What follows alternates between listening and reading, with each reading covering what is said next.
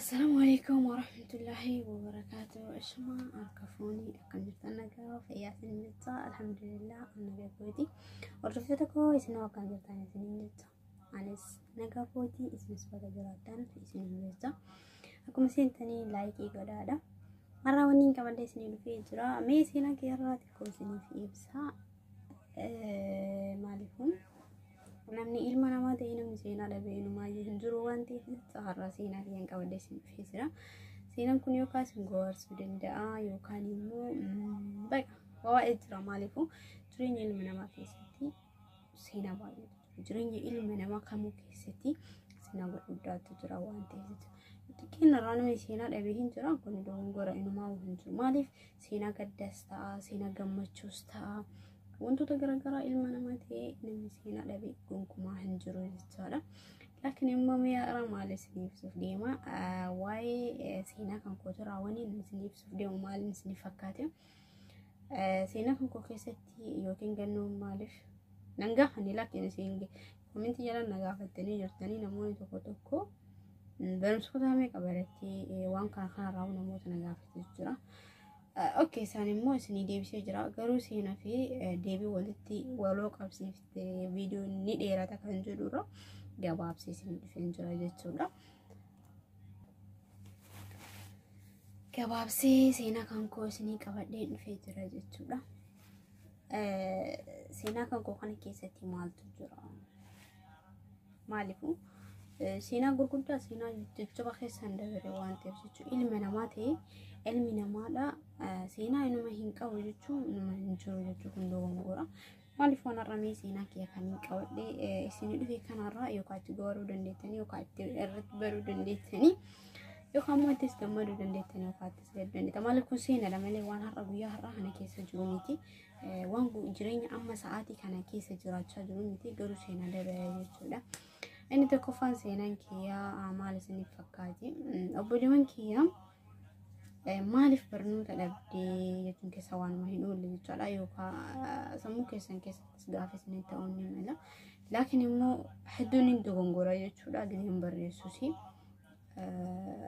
Yaa namoonni tokko garuu karaa keessa illee kanatti ibsuun hin jira. Akkasuma immoo obboleewwan kiyyaa galatoomaa isiniin jecha warreen karaa keessatti sirrii miti barreeffamni kee warra naan jettanii fi hedduun galteeffadha maaliifuu nama waa beeku tokkotu sirrii miti namaan jedhee namaaf ibsa waan ta'eef jecha. Kanaafuu ani garuu baay'een isin galateeffadha namoota karaa keessan dhuftanii sirrii miti waan akkana kana sirreessi nama naan jedhu hedduutu jira. Maaliif itti hin aaru itti isin gaddu sababni nama beekutu namaaf ibsa waan ta'eef jecha. Okay, maaliif barnoota dhabe? Wanni barnoota dhabuuf jechuudha yookiin immoo wanti ijoollummaa keerraa barumsa hanga xiqqoos ta'u wanni barachuu dhabee fi tokkoffaa obboleewwan kiyyaa haati kiyya ijoollummaan irraa duute jechuudha. Ani warra kiyyaaf hangafa obboleewwan hin qaba kanaa gadi jechuudha. Gisee haati kiyya irraa duute sanii naan giseen barumsa kutaa tokkoffaa akkana seenee jedhu ummaan kiyya na dhukkubsatti. Intalti ka warra hangafa hundi keessan warra beekanii dhiiras ta'ee intalas ta'ee namni warra hangafaadha baay'ee rakkoodha. Maaliifuu warri nama san ergata waan ta'eef jechuudha. Akka tasaa kaniin ta'ee yaani warri kan ittiin fufsiisuu danda'u jechuudha.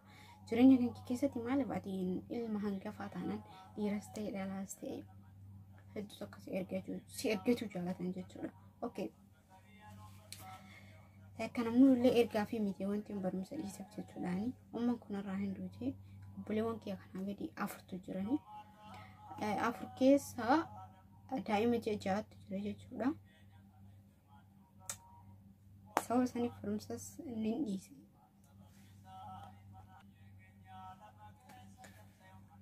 Ana akkasuma jechuudha obboleewwan kiyya daa'ima ja'aatu jira jechuudha gisee ummaan kiyya dhukkubsattu.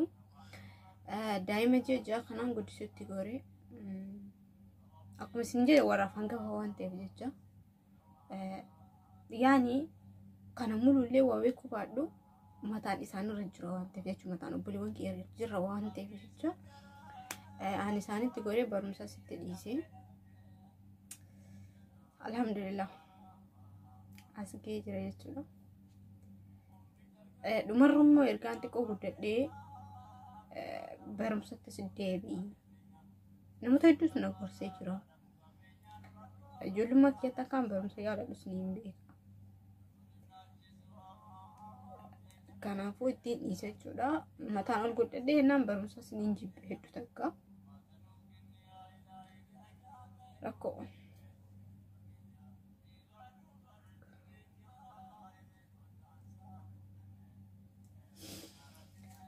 Innaa wanti barumsa dhiisee fi yookiin immoo wanti wallaaluu danda'ee fi tokkoffaan isa kana.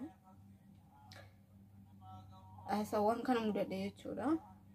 Ergaan garuu immoo abbaan keessa fuudhee dhumarra barumsattis akka deebi'u fedhanii laakiin immoo barumsa hedduu ni jibbee xiqqoo waan ol guddadheef jecha barumsa sitti dhiisee asiin as ga'e jechuudha. Dhumarra karaa biyya arabaa ni malee. Kana fakkaata seenaan kan koosni jedha. Ina mudannoon koo kana fakkaata isin jedha. Mudannoon jedhamu kun laakiin immoo waan jireenya keessa dabarseedha malee akkasuma immoo sababa kanaa garuu gaafin biraas naaf dhiyaatee jira. Abbaan manaa yookiin jaalallee qabdaa namni naan jedhu hedduutu jira immoo koomentii jaalatti jechuudha. Kanas gisee biraa qabadde isinii deebi'aa rakkoon qabu maaliif viidiyoon hedduu dheerataa jira waan ta'eef jecha. Kanaafuu immoo gaafii kana gaafachuu keessan galituumaan isiniin jedha. Kana kun mudannoon jedhamu jireenya maaliifuu jireenya ilma namaa keessatti ka'umsarraa hanga dhumaatti namni kamuu mudannoo hin dhabaa osoo hin taane mudannoo hin dhabu jecha. Kanaafuu seenaan keessa tarii kana fakkaata. Inshaallah kabiraatiin isin deebi'ee jecha obbolaan kaa dhiifamaan isin gaafadha asumaanuu. Namoota gaafii gaafateef maaliif itti hin xumurre kaleessa viidiyoo gadi isinii dhiisee jira gabaabsee viidiyoo gaggabaabsanii gadhiisuu wayya maaliif namni koo taa'ee dhaggeeffachuu ni ulfaata waan ta'eef jecha. Kanaan isiniin jira obbolaan kiyya seeniin kiyya keessa dabaree kana fakkaata. Baay'een qaba laakiin immoo kabiraas guyyaa biraa qabadhee isinitti deebi'a jechuudha.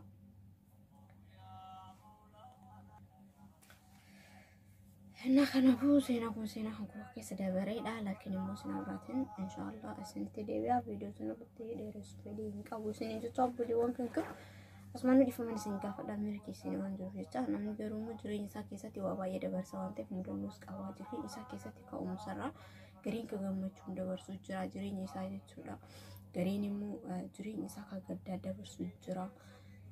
Kanaafuu alhamdulillah rabbil alamin jireenya kee keessatti kanaan dabarsi maaliifuu waan hundaa'u rabbitti shukrii walfettee bakka waan taatu jechuudha laakiin immoo rabbi irraa fagaachuu miti alhamdulillah takka rabbi irraa fagaanneen beeku an akka mataa kiyyaatitti bakkaan deemu hundattuu rabbuma kadhadha maaliifuu kasii hojii jiraatu rabbii waan feetee mudannoo feetee qabaatteef waan feetee taateef illee rabbitti godhi jechuudha.